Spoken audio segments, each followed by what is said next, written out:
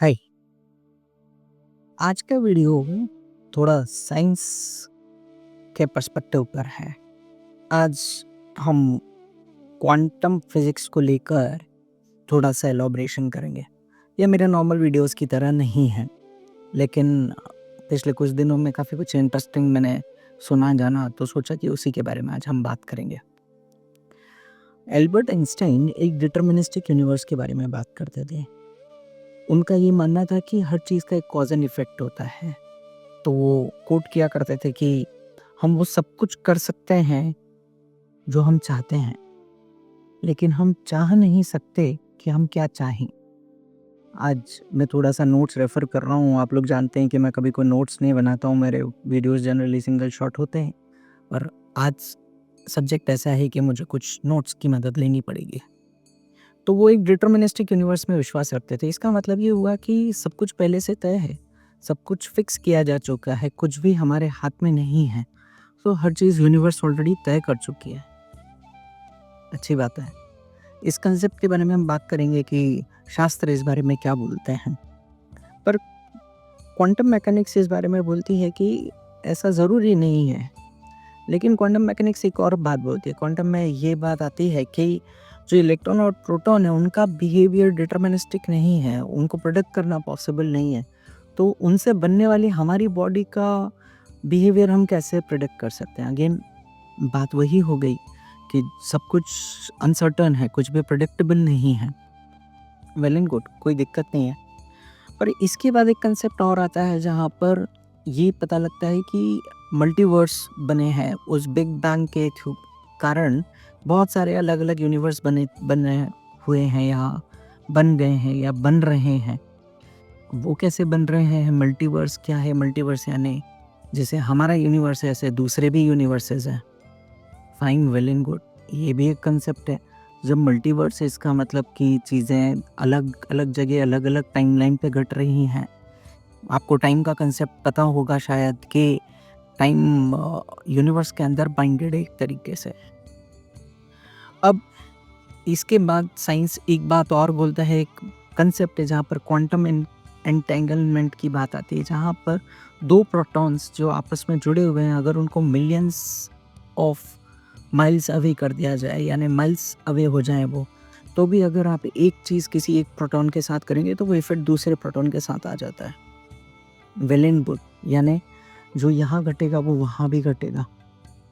Brilliant है, सारी चीज़ें बहुत बहुत ब्रिलियंट है, लेकिन इन सब का हमारे सनातन से क्या लेना-देना है?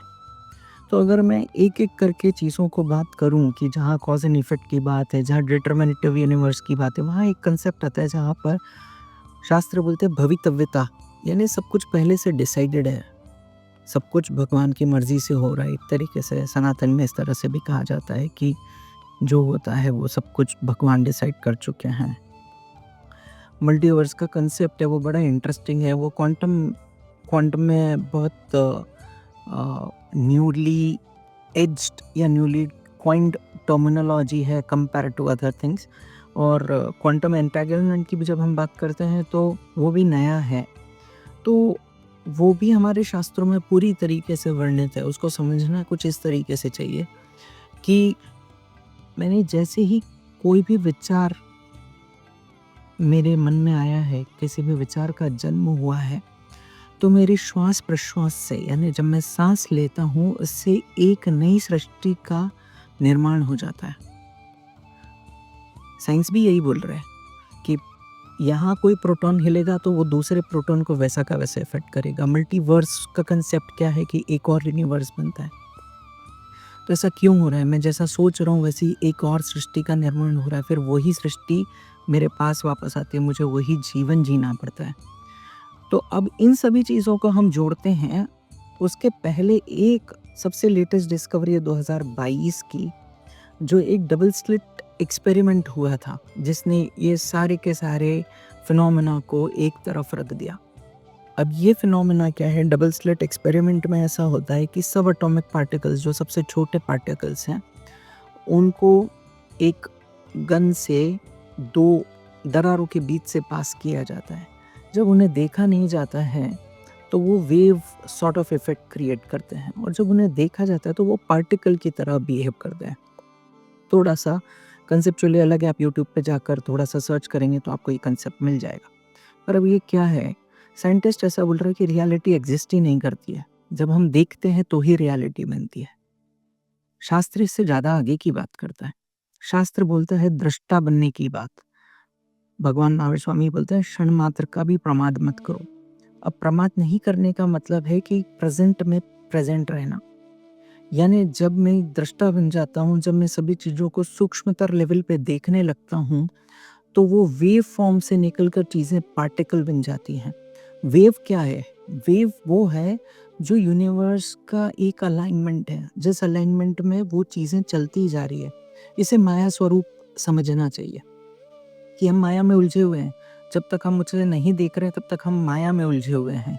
पर जैसे ही हम उसे देखना शुरू करते हैं, वैसे ही माया का भ्रम टूटना शुरू हो जाता है। यानी हमें ये संसार माया के समान दिखाई देना शुरू हो जाता है जब वो दृष्टि डेवलप हो जाती है। तो ऑब्जर्वर यूनिट के लगते ही वो सब पार्टिकल जो यूनिट्स हैं वो इस तरह से बिहेव करती हैं जैसे वो इंडिपेंडेंटली, वो तो वैसे भी इंडिपेंडेंट है, पर एक इकलौती यूनिट वेव भी बना सकती है और पार्टिकल भी बना सकती है। तो इस बात से ये साबित होता है कि यदि हम दृष्टा बन जाएं तो हम उसी समय अपनी डेस्टिनी बदलने की ताकत रखते हैं। हम ये क्वांटम का जो पूरा मैकेनिक्स है इसको तोड़ने की ताकत रखते हैं। और क्योंकि हम एक स्पिरिट के फॉर्म में हैं, हमें पता है वो सिर्फ एक स्पिरिट कर सकती है। स्पिरिट का तो कोई मटेरियलिस्टिक एग्जिस्टेंस नहीं है, इस शरीर का है। पर ये जो चेतना के लेवल पे चीज़ घटित हो सकती है, वो मटेरियलिस्टिक लेवल पे घटित नहीं हो सकती है। आप थोड़ा सा 2 श्लोक या 3 श्लोक यदि गीता के भी पढ़ेंगे, यहाँ पर हम अष्टावक्र गीता का रेफरेंस दे रहे हैं, मैं नॉर्मल गीता की बात नहीं कर रहा हूँ। नॉर्मल गीता में तो ये सारी चीज़ें बहुत डिटेल और डेप्थ में लिखी है, लेकिन अगर आप अष्टावक्र गीता का दूसरे तीसरे श्लोक का रेफरेंस देंगे तो वहाँ पर अष्टावक्र ये कहते हैं राजा जनक को कि तू इसी क्षण अपने सभी चीज़ों से मुक्त हो सकता है। तो वो कैसे संभव है? एक क्षण मात्र में मुक्ति कैसे संभव है? यही यहाँ पर डबल स्लिट एक्सपेरिमेंट भी बता रहा है कि वो सेकंड जैसे ही ऑब्जर्वेशन शुरू होता है, पार्टिकल्स का बिहेवियर बदल जाता है।